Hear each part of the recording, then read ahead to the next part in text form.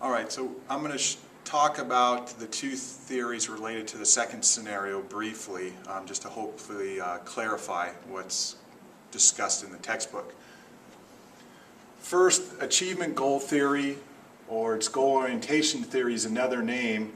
As the book mentions, there's two ways that we can define success in a certain setting.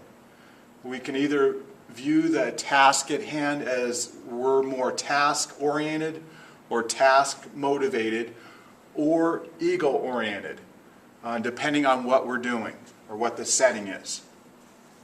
If an individual is more task-oriented, they are interested in self-mastery, improvement for intrinsic reasons, and normative reference just means that they compare how well they do at a task based on their own performance. They don't compare with others so much.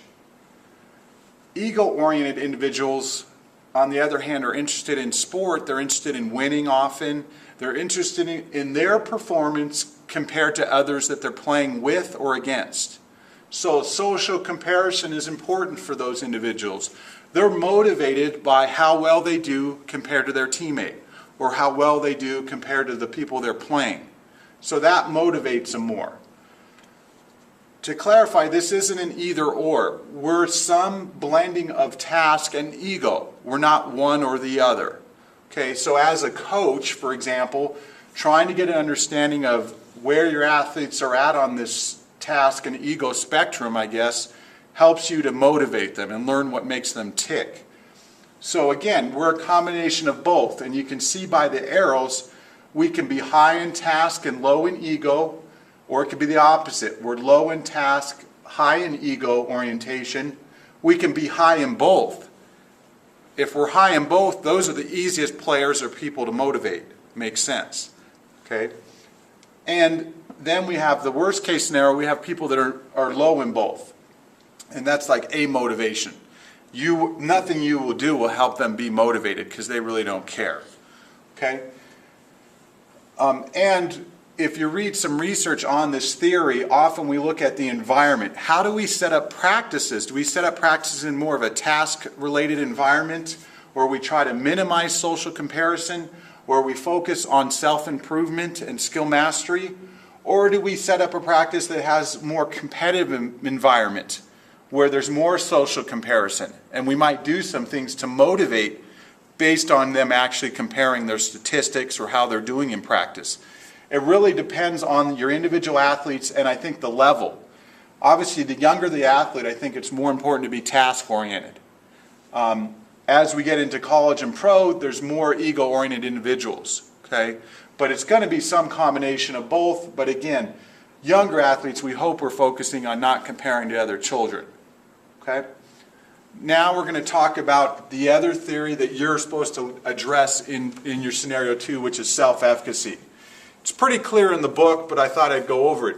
Self-efficacy is your belief in your ability to do a task, and it's situation-specific. And we know that. So, for example, probably a lot of us are very confident in our ability to play basketball at a proficient level. But if I asked you to go join a ballroom dance class, my self-efficacy would drop, and probably a lot of yours would. What's tricky about this concept is we also have concepts like self-confidence, self-esteem, and researchers define those terms differently. Often I'll see self-confidence as more of a general trait, that you're self-confident across many settings. Remember, self-efficacy is situation-specific. And as the book mentions, there's 4 interventions to help increase someone's self-efficacy. And this isn't a hierarchical, I can't say the word now, this is in an order of past success is the best way for you to help someone with self-efficacy. So for example, if I have an athlete who's struggling and feels their self-efficacy is low, I might talk to them about, remember that game you played a year ago where you were doing this, this, and this? Again, trying to get them to remember and visualize past success. Modeling is the next best way to increase someone's self-efficacy. Often in the literature it suggests that the best models are people that are believable. So if we're working with college soccer players, if I'm going to bring in a model to demonstrate how to do a skill or a play effectively, it would make more sense to have someone close in their ability level. So I don't know if I'm being clear, but another example would be if we brought Tiger Woods in to teach us how to play golf and build our self-efficacy.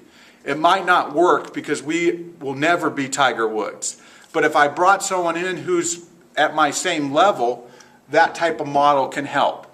We also have video models. So sometimes using a video model will help someone increase their self-efficacy. And potentially maybe because they really can see what they need to do to fix their technique, for example. Verbal persuasion is the third most effective way to help someone with self-efficacy. That's pretty straightforward. That's encouragement, feedback, etc. And fourth way is trying to control someone's arousal level. Okay? And we learned that from the last scenario. But again, past success reminders is the number one way, modeling's the second best way, etc.